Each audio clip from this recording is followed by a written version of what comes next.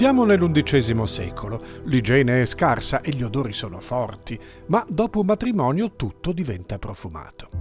I veneziani convenuti nel 1004 a Bisanzio per festeggiare le nozze fra il figlio del doge Pietro III Orseolo Giovanni e la principessa di stirpe imperiale Maria Arghiros si meravigliarono non poco. La sposa mangiava con la forchetta e, con viva delizia delle narici di tutti, profumava soavemente.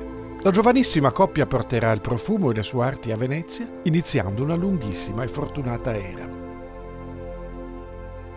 Che Maria Arghiros possa essere considerata la madrina dei profumi veneziani ed europei è dunque certo. Del resto, a Bisanzio si usavano già da tempo, esisteva addirittura una corporazione dei profumieri, controllata dall'eparca di Costantinopoli e regolata da quella che a Venezia si chiamerà poi Mariegola, regola madre.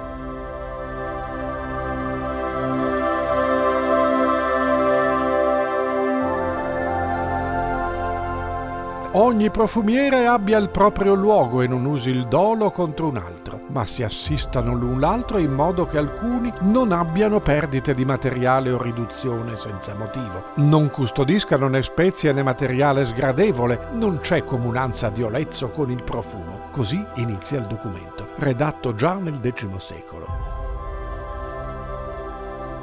L'imperatore, che credeva con questo matrimonio di essersi assicurato la crescente forza di Venezia, mai avrebbe pensato di avere dato invece un'arma in più alla sua potenza commerciale.